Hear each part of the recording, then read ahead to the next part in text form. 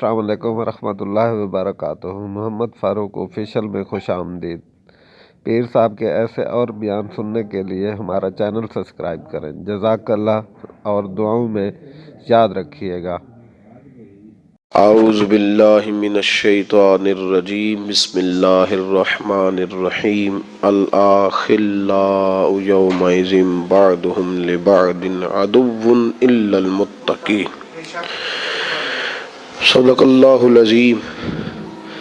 قال النبی صلی اللہ تعالی علیہ وسلم: خیر الاصحاب عند اللہ خیرهم لصاحبہ، او کما قال النبی صلی اللہ علیہ وسلم، رواہ ترمذی۔ صدق اللہ العظیم وصدق رسولہ النبی الکریم۔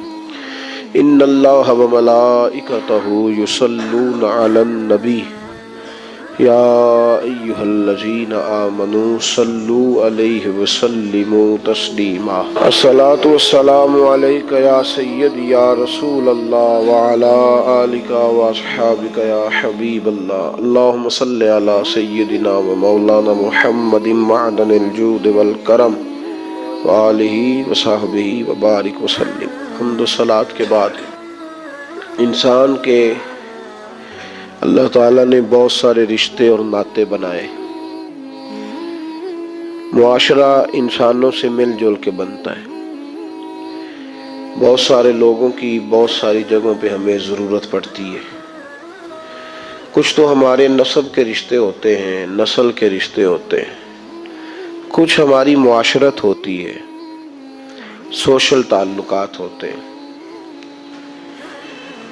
کچھ ایسے لوگ ہوتے ہیں جن کا ہمارا نہ نسب کا رشتہ ہوتا ہے نہ کوئی اور، بس اللہ تبارک و تعالیٰ کسی سبب سے انہیں ہمارا دوست بنا دیتا ہے۔ جیسے کلاس فیلو ہوتے ہیں، وہ کئی دفعہ اس طرح کا تعلق بنتا ہے کہ وہ ہمیشہ کا رشتہ بن جاتا ہے۔ پیر بھائیوں کا تعلق ہوتا ہے، کوئی کہیں کے ہوتے ہیں، کوئی کہیں کے ہوتے ہیں، ایک شیخ کے وسیلے سے اللہ انہیں اکٹھا فرما دیتا ہے۔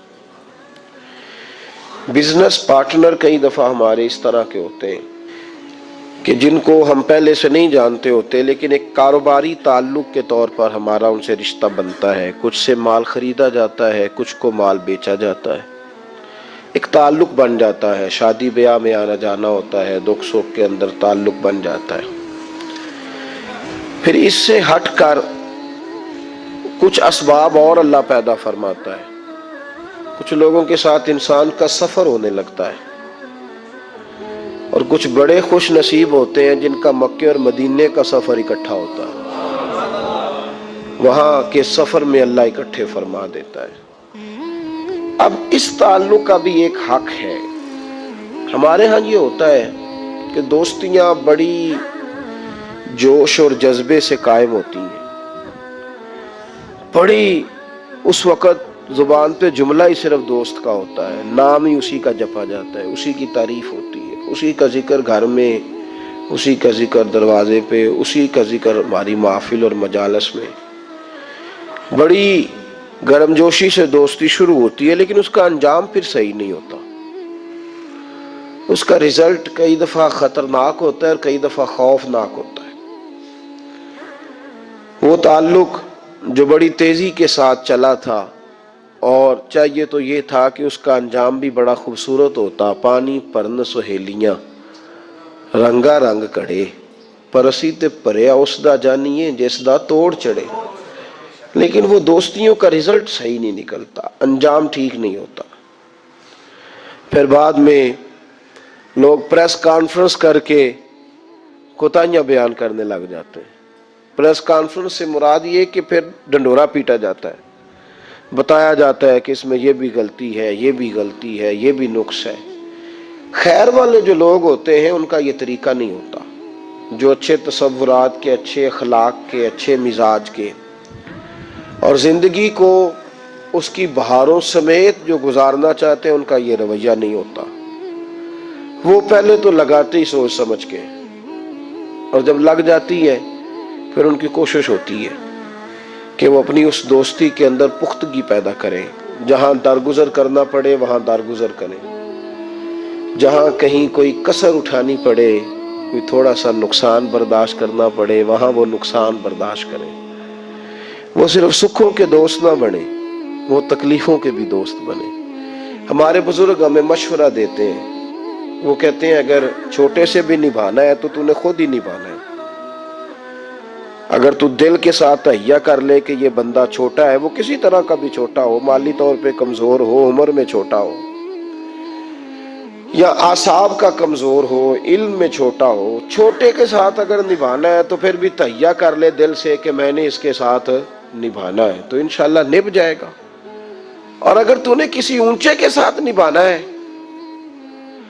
اگر کسی اپنے سے بڑے کے ساتھ تو نے تعلق نبھانا ہے، تو اس کے لیے تجھے تھوڑا تھوڑا نقصان برداشت کرنا پڑے گا۔ کیا کہا بزرگوں نے؟ کہنے لگے نیویاں نال تے نبھ جاندی ہے جے کر دلوں نبھائیے۔ نبھانا پھر بھی دل سے خود ہی نبھانا ہے۔ نیویاں نال تے نبھ جاندی ہے جے کر دلوں نبھائیے، اچیاں نال نہ نبھے محمد جے کسرا نہ کھائیے۔ اگر اونچے کے ساتھ انہیں نبھا کرنا ہے، کسی بزرگ کے ساتھ، کسی بڑے کے ساتھ، تو پھر کسی جگہ تجھے محسوس ہوگا کہ میرا دنیاوی نقصان ہوا ہے، دینی تو ہوتا ہی نہیں، دنیاوی۔ تو میرے بھائی، یہ جو صحبت ہوتی ہے نا، صحبت، وہ تھوڑے لمحوں کے لیے ہی کیوں نہ ہو، اور تھوڑی دیر کے لیے صحبت کیوں نہ ہو، اس کا بھی ایک اصول ہے، اس کا بھی ایک ضابطہ ہے، اس کے بھی حقوق ہیں۔ ترمذی شریف کی حدیث میں نے پڑھی ہے، نبی پاک علیہ السلام نے فرمایا خیر الاصحاب عند اللہ خیرہم لصاحبہ، او کما قال نبی صلی اللہ علیہ وسلم۔ حضور نے فرمایا ساتھ رہنے والے ساتھیوں میں بہترین دوست وہ ہے، دنیا کی نظر میں نہیں، عند اللہ، اللہ کی نظر میں۔ جو دو ساتھی ساتھ رہتے ہیں وہ کسی بھی طرح کے ہوں، وہ مسجد کے اکٹھے نمازی کیوں نہ ہو، خیر الاصحاب عند اللہ، اللہ کی نظر میں ان میں سے بہتر یہ ہے خیرہم لصاحبہ، جو اپنے ساتھی کے حق میں زیادہ اچھا ہے، جو اپنے ساتھ والے کو نفع زیادہ دیتا ہے، جو اس کی خدمت زیادہ کرتا ہے، جو اپنے آپ کو اس کے حق میں زیادہ خدمات پیش کرتا ہے، وہ اللہ کی نظر میں زیادہ اچھا ہے۔ تعلقات کے اندر نقصان اور بگاڑ اس وقت پیدا ہوتا ہے جب ہم اپنا لالچ دیکھ کے چلتے ہیں، جب ہم دیکھتے ہیں کہ میں اس بندے کو کتنا استعمال کر سکتا ہوں۔ اگر زندگی میں کسی سے تعلق نبھانا ہو تو ایک ہی نسخہ ہے، آپ یہ تہیہ کر لیں کہ میں اس کا فائدہ کتنا کر سکتا ہوں۔ اس نظریے کے ساتھ جب آپ دوستی کسی کے ساتھ کریں گے، کسی کے ساتھ تعلق نبھائیں گے، تو وہ آگے کی طرف بڑھے گا۔ لیکن چونکہ ہمارے نظریات کے اندر، افکار کے اندر، موجودہ زمانے کے اندر لوگوں نے بڑی بڑی غلط مثالیں مشہور کر دی ہیں، کہتے ہیں میں تو کام کے لیے گدھے سے بھی یارانہ لگا لیتا ہوں، تو میرا تو بھائی کام کا تعلق ہے۔ تو جب آپ کی سوچ یہ ہوگی تو آپ کا کیا خیال ہے؟ آپ کو مخلص دوست ملیں گے معاشرے میں؟ ٹھیک ہے، جس طرح کا آپ کا رویہ ہے سامنے والا بھی اسی طرح کا بن جائے گا۔ کسی نے ایک بندے سے پوچھا تھا مجھے کیسے پتہ چلے گا میرے مخلص دوست کتنے ہیں؟ تو اس درویش نے کہا تھا اپنے دل کی طرف توجہ کر، جتنے لوگوں کے ساتھ تو مخلص ہے اتنے ہی تیرے ساتھ بھی مخلص ہے، ختم ہو گئی بات۔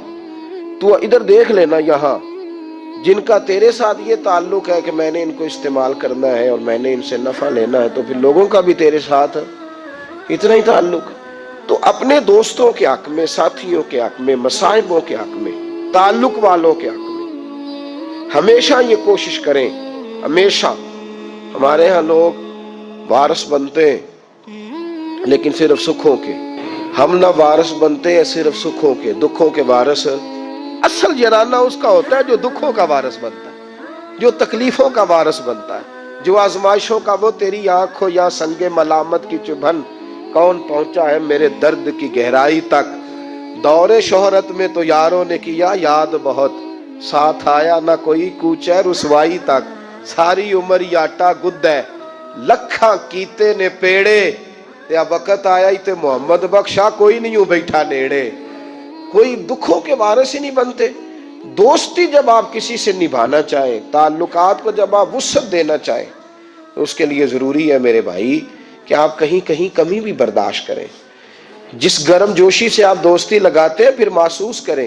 ایک بزرگ گزرے شیخ حسن ان کا نام تھا، ان کا دوست گھر آ گیا ملنے، سائڈ پہ بلا کے کہنے لگا 40,000 دینار کا قرضہ ہے، مہربانی کر۔ شیخ فٹافٹ اندر گئے، 40,000 دینار دیے، پیسے دیے تو اندر آ کے چیخے مار کے رونے لگے۔ زوجہ کہنے لگی اگر اتنا ہی پیسوں سے پیار تھا تو دینے نہیں تھے، اب دے لیے ہیں تو رونے لگے ہو۔ تو کہنے لگے تو سمجھ نہیں رہی رو کیوں رہا ہوں؟ کہا بتائیے۔ کہنے لگے میرا سجن تھا، میرا دوست تھا، اور اس بیچارے پہ 40,000 کا قرضہ تھا، مجھے خبر ہی نہیں تھی۔ میں تو رو رہا ہوں کہ بیچارے کو گھر آ کے کہنا پڑا ہے، اسے بتانا پڑا ہے۔ میں دوست ہونے کا دعویٰ بھی کروں، ساتھ بھی رہوں، شامیں صبح ہماری کٹھی ہوں، اور وہ اتنا دکھی ہو اور اسے گھر آ کے منت کرنی پڑے کہ میرے ساتھ تعاون کر۔ کہنے لگے میں اپنی بیوقوفی پہ رو رہا ہوں، اتنی قربتیں تھیں، اتنا اللہ نے ہمارے ساتھ رکھا تھا، اور میں صرف سکھوں میں یار رہا، مجھے خبر ہی نہیں رہی۔ بھائی اس قدر زیادہ وہ لوگ اس رشتے کو سمجھتے تھے، یہ رسم نہ سمجھا کریں کہ رسومات ہے تو چلو بات ختم ہو گئی، اس کو رسم نہ سمجھیں۔ تعلقات کے اندر دیکھیں کہ آپ اپنے ساتھ والوں کے کتنا کام آ سکتے ہیں، ان کا خیال رکھیں۔ آپ دیکھیں کہ آپ کی طرف سے انہیں نفع کتنا مل سکتا ہے۔ ہم لوگوں نے جب سے فائدہ لینے کا مزاج بنایا، زمانے میں تازگی نہیں رہی، حسن نہیں رہا، خوبصورتی نظر نہیں آتی۔ جب تک لوگ نفع دینے والے تھے، جب تک کسی کا فائدہ کرنے والے تھے، تو یوں لگتا تھا کہ ہر پیڑ پھلدار بھی ہے، اور ہر پیڑ خوشبودار بھی ہے، ہر درخت سایہ دار بھی ہے۔ جب سے ہم نے نفع لینے کا پروگرام بنایا، لگتا ہے ہمارا سایہ چھن گیا، ہماری خوشبو رخصت ہو گئی، اب ہم پھلدار نہیں رہے۔ کچھ فائدہ دینے کا ارادہ کریں، دوسروں کے لیے کام آنے کا مزاج بنائیں۔ اور ایک اور بات بھی ذہن میں رکھیں، ایک بندہ کبھی کبھی ملتا ہے، اس کو پروٹوکول زیادہ ہوتا ہے، حالانکہ بزرگوں نے یہ لکھا ہے کہ وہ تو کبھی کبھی آیا ہے۔ کبھی کبھی جو تیرے سامنے رہتا ہے تجھے اس کی قدر کئی دفعہ کم ہو جاتی ہے۔ وہ فرماتے ہیں تیرا اصل دوست وہی ہے جو تیرے ساتھ رہتا ہے۔ تو نے جب عزت دینی ہو، وقار دینا ہو، پروٹوکول دینا ہو، تو تو نے سب سے پہلے اسے دینا ہے۔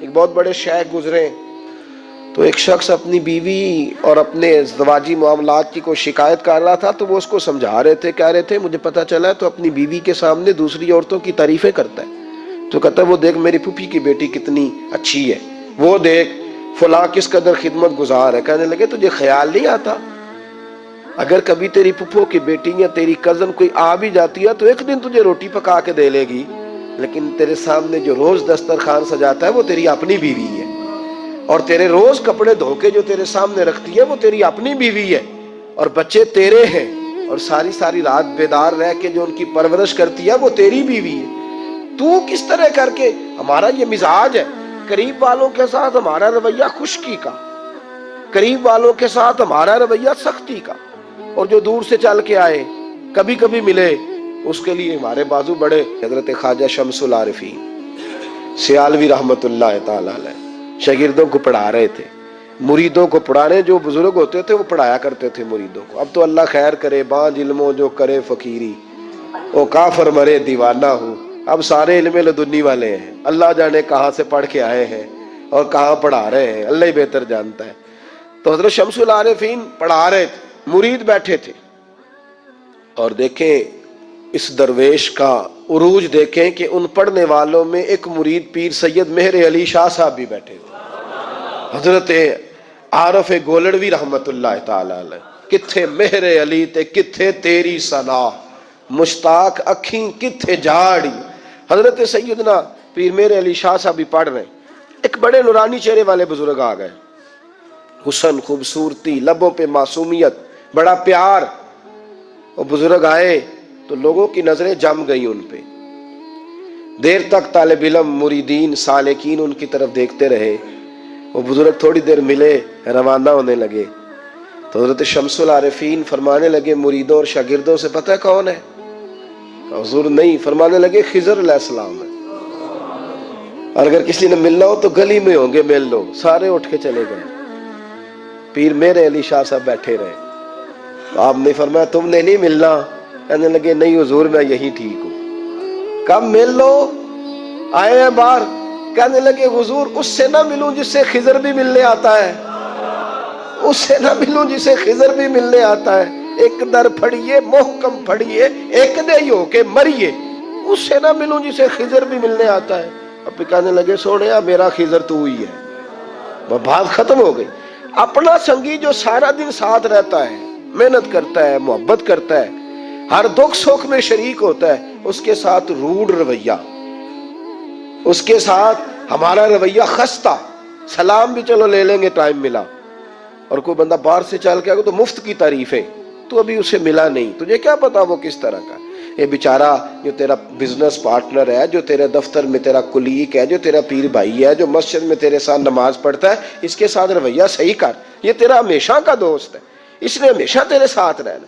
اس کے ساتھ اپنے تعلقات کے اندر وسعت پیدا کر, اس کا بھلا کرنے کی کوشش کر, اس کو نفع دینے کی کوشش کر. میرے رسول پاک علیہ السلام نے جو اخلاق حسنہ اپنی امت میں بانٹے, تو خواجہ حسن بصری رحمۃ اللہ علیہ فرمایا کرتے تھے, آپ فرمایا کرتے تھے میں نے ایسے بھی لوگ دیکھے, ایسے لوگ بھی میں نے دیکھے ہیں کہ جن کا دوست انتقال کر گیا تو 40 سال تک اپنے دوستوں کے بچوں کو خرچہ بھی دیتے رہے. 40 سال تک وہ خرچ بھی دیتے رہے. اگر ہم تھوڑا سا یہ رویہ, میرے رسول پاک علیہ السلام نے ہمیں بڑی پیاری ترتیب دی ہے. فرمایا سفر کرو تو ایک کو امیر بنا لو. ہمارے یہاں تو کتار بنانا بڑا مشکل ہے نا, امیر بنا لو. تو بھائی محبوب پاک علیہ السلام نے ہمیں صحبت کے اصول بتائے, ساتھ رہنے, ساتھ والوں کا خیال رکھا. ایک امیر امام ابو علی رباطی رحمۃ اللہ تعالی علیہ ہمیشہ امام فخر الدین رازی کے لیے دعا کرتے. کچھ لوگ سمجھتے ہیں مولوی میں صرف بغض ہی ہوتا ہے, حالانکہ اگر کبھی آنکھ کھول کے دیکھو تو جتنا بڑا حوصلہ اللہ تعالیٰ عالم کو عطا فرماتا ہے, وہ بھی کم بھی کسی کے نصیب میں آتا ہے. تو حضرت ابو علی رباطی رحمۃ اللہ علیہ اسی دور کے عالم تھے, پر امام فخر الدین رازی جنہوں نے تفسیر کبیر لکھی ہے, ان کے لیے ہر روز دعا مانگتے, ہر روز. ایک دن شاگردوں نے پوچھ لیا کہ استاد جی, نہ وہ آپ کے استاد ہیں نہ وہ آپ کے پیر ہیں, آپ ان کے لیے ہمیشہ دعا مانگتے, وجہ کیا ہے؟ تو فرمانے لگے یار میں نے اس شخص کو صرف قلم میں بڑا نہیں دیکھا, علم میں بڑا نہیں دیکھا, میں نے اسے انسانیت میں بھی بہت بڑا دیکھا. میں نے اس کی معراج دیکھی ہے, اس کے اخلاق کی, کردار کی, اسے میں نے بڑا جانا ہے.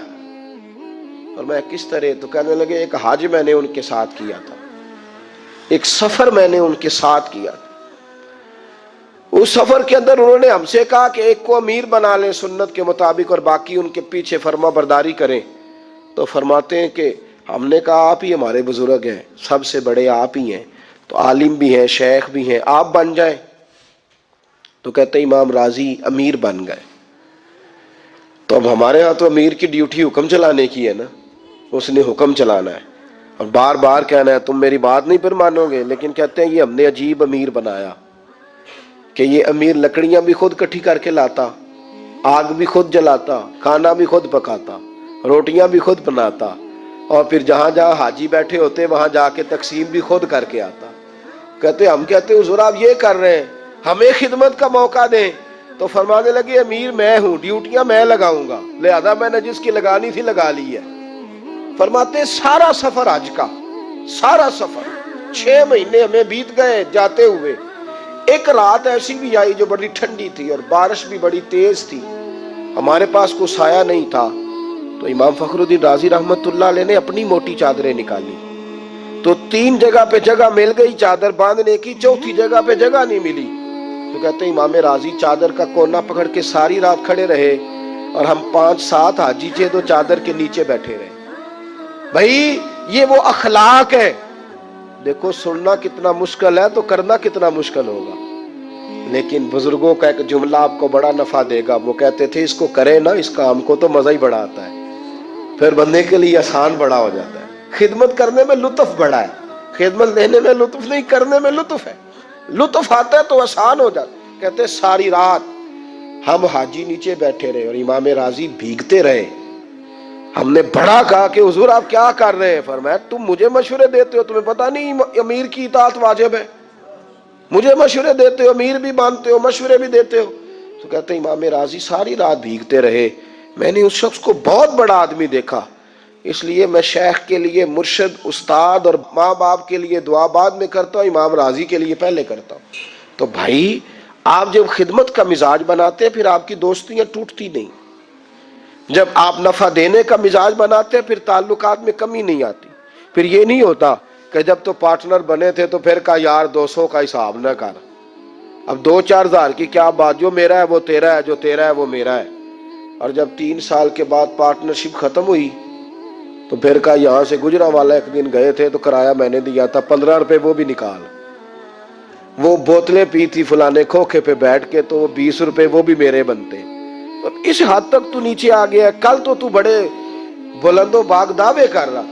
تو صحبت کے ساتھ جو تعلقات ہمارے قائم ہوتے ہیں, جو اکٹھے رہنے سے ہمارے رشتے بنتے ہیں, ان رشتوں میں جب ہم اچھائی کرنے کی کوشش کرتے ہیں, نفع دینے کا ماحول بناتے ہیں, پھر ان تعلقات میں وسعت آتی ہے. اور ہم کمزوری کا مظاہرہ تب کرتے ہیں جب ہمارا پروگرام ہوتا ہے نا کہ میں بھلا کتنا یہ میرے کام آ سکتا ہے, تو پھر سامنے والے کا بھی خیال ہوتا ہے کہ تیرا اگر یہ ذہن ہے تو پھر میرا ذہن بھی یہی ہے کہ میں تجھے کتنا استعمال. اس مزاج سے ہمیں باہر آنا چاہیے. اچھی قوم میں با اخلاق لوگ, اعلیٰ کردار و عمل کے متلاشی لوگ, وہ زندگی میں کبھی نہیں یہ سوچتے کہ سامنے والا مجھے کتنا نفع دے سکتا ہے. وہ تو اپنے آپ کو شجر سایہ دار بناتے ہیں.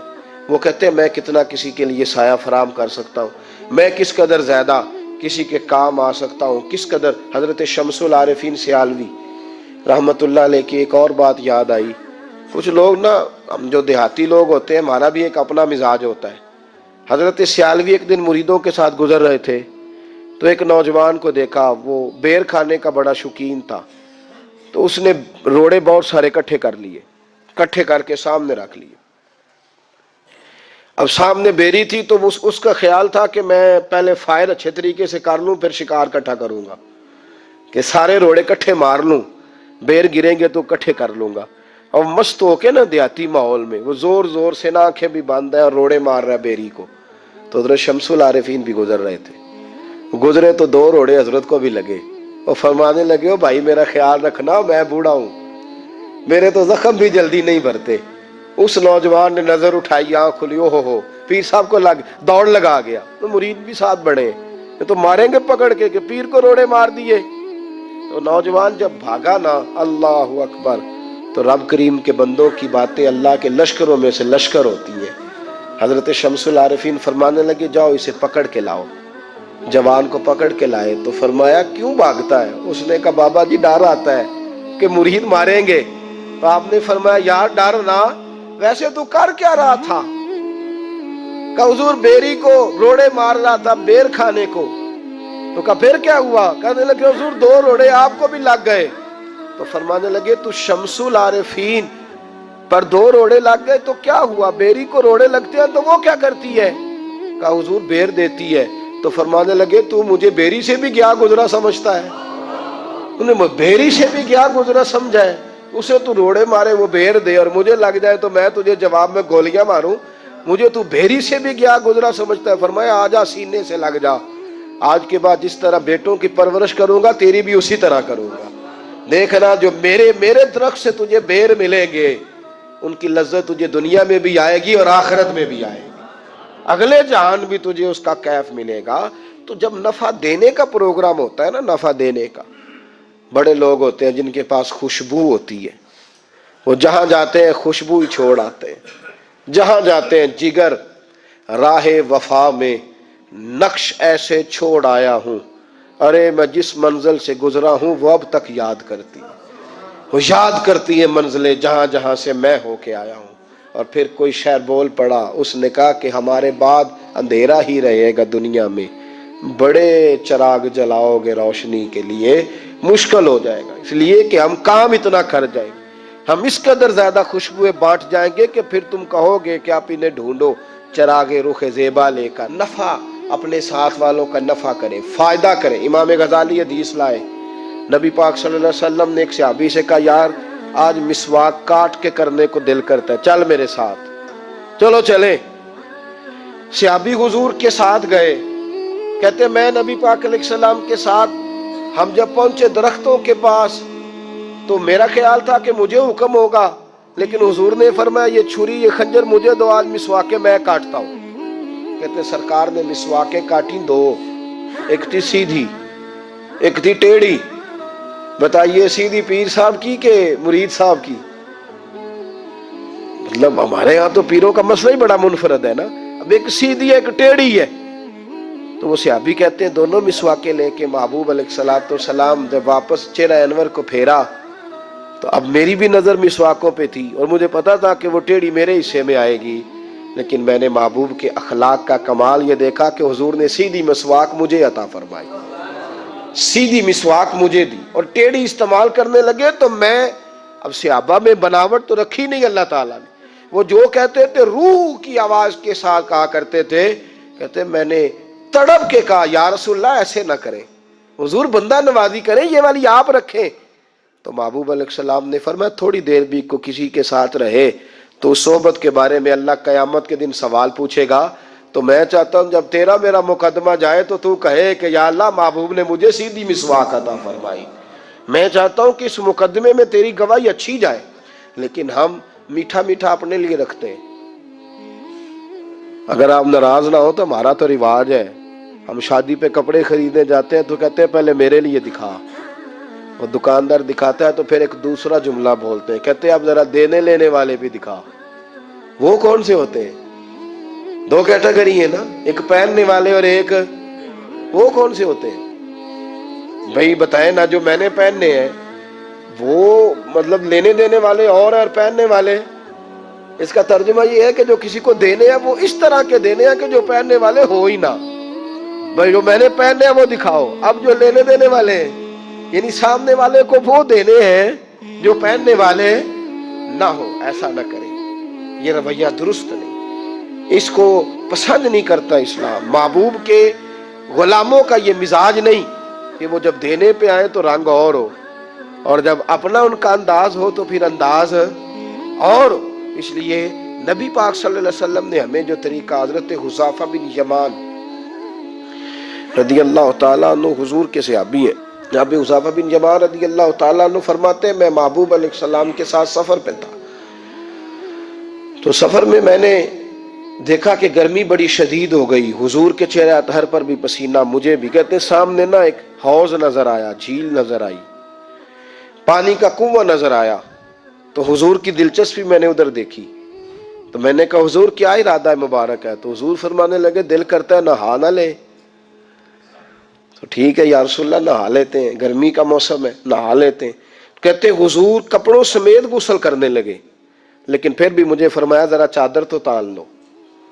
کپڑوں سمیت غسل ہو رہا ہے، شارحین نے لکھا ہے غسل کپڑوں سمیت تھا، لیکن محبوب علیہ السلام نے پھر بھی، اگر آپ ناراض نہ ہو تو گرمی آئے گی تو بڑے بڑے سیانے بندے بنیان پہن کے گلی میں آ جائیں گے، سمجھدار لوگ. میرا نہیں خیال کہ یہ رویہ ہمارا درست ہے، میرا نہیں خیال کہ صرف کرتا اتارنے سے کتنی گرمی کم ہو جاتی، اور جوان شارٹ نکرے پہن کے گھومیں گے.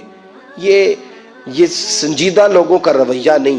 یہ کام تو اماں کے سامنے بھی نہیں کرنا چاہیے، باقی تو ایک طرف رہے. پردے میں پردہ اور اپنے آپ کو ڈھانپ کے رکھنا یہ میرے محبوب پاک کا محبوب طریقہ ہے. لیکن ایک پردہ کپڑوں کا، پھر اس پر پردہ. حضرت حذیفہ بن یمان سے کہا عرب کے اندر کنواری لڑکیاں سب سے زیادہ حیا کرتی، اور عرب کی کنواری لڑکیوں کی حیا کی لوگ مثال دیتے. حضرت عائشہ صدیقہ فرمایا کرتی تھی میرے محبوب علیہ السلام عرب کی کنواری لڑکیوں سے بھی زیادہ حیا والے. تو ایسے ہی مہندی لگا لی سار کو، سمجھدار آدمی، اور خالی بنیان پہن کے تو وہ چلا گیا سبزی لینے.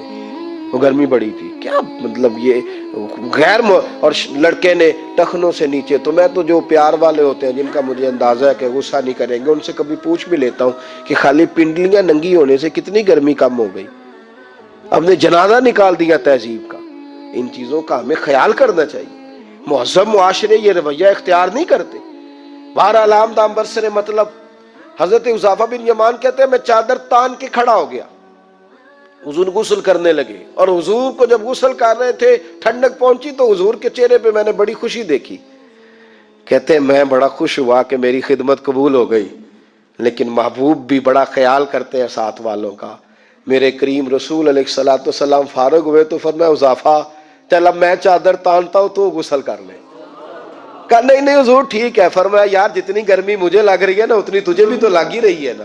اور حضور فرمانے لگے یار جس قدر زیادہ مجھے ٹھنڈک کی ضرورت ہے تجھے بھی تو ہے نا، جتنا سفر میں نے کیا اتنا تو نے بھی تو کیا نا، چل میں اب تانتا ہوں تو غسل کر۔ نہیں یا رسول اللہ مہربانی فرمائے میں آپ سے خدمت لوں۔ نبی کریم علیہ السلام نے فرمایا جب دو لوگ چل رہے ہوں ان میں زیادہ اچھا وہ ہوتا ہے جو دوسرے کا خیال زیادہ رکھتا ہے، کر غسل۔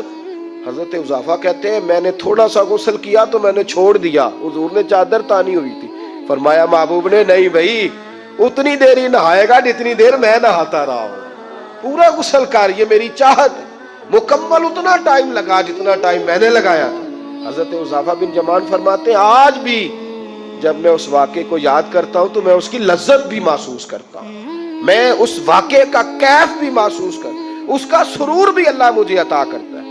تو یاد رکھیں جب کسی کے ساتھ آپ کا سفر ہو تو یاد رکھیں دوسروں کا خیال کرنے کی کوشش کریں، ایک جب ساتھ آپ کے کو رہتا ہے تو پھر اس کے حقوق ضائع نہ کریں، پھر یہ نہ کہیں اپنا سجن ہے خیر صلی اللہ ہے، پھر اس پر توجہ کریں، فوکس کریں اس پر۔ میں نے تو ایسے پیر دیکھے ہیں اپنی زندگی میں، ایسے اچھے لوگ دیکھے ہیں کہ وہ مریدوں کا اس طرح خیال رکھتے ہیں جس طرح پیروں کا رکھا جاتا ہے۔ ٹینشن ہونے لگتی ہے کئی دفعہ کہ یار ہم تو غلام ہیں آپ یہ کیا کر رہے ہیں، لیکن وہ کہتے ہیں کہ تم اپنی جگہ رہو، ہم نے تو اپنا رویہ نہیں نہ ختم کرنا، ہر آنے والے کا خیال رکھنا، پیار کرنا، اٹھ کے ملنا، بھلا دینا زمانہ، اتنے اخلاق سے ان لوگوں کا پیش آنا۔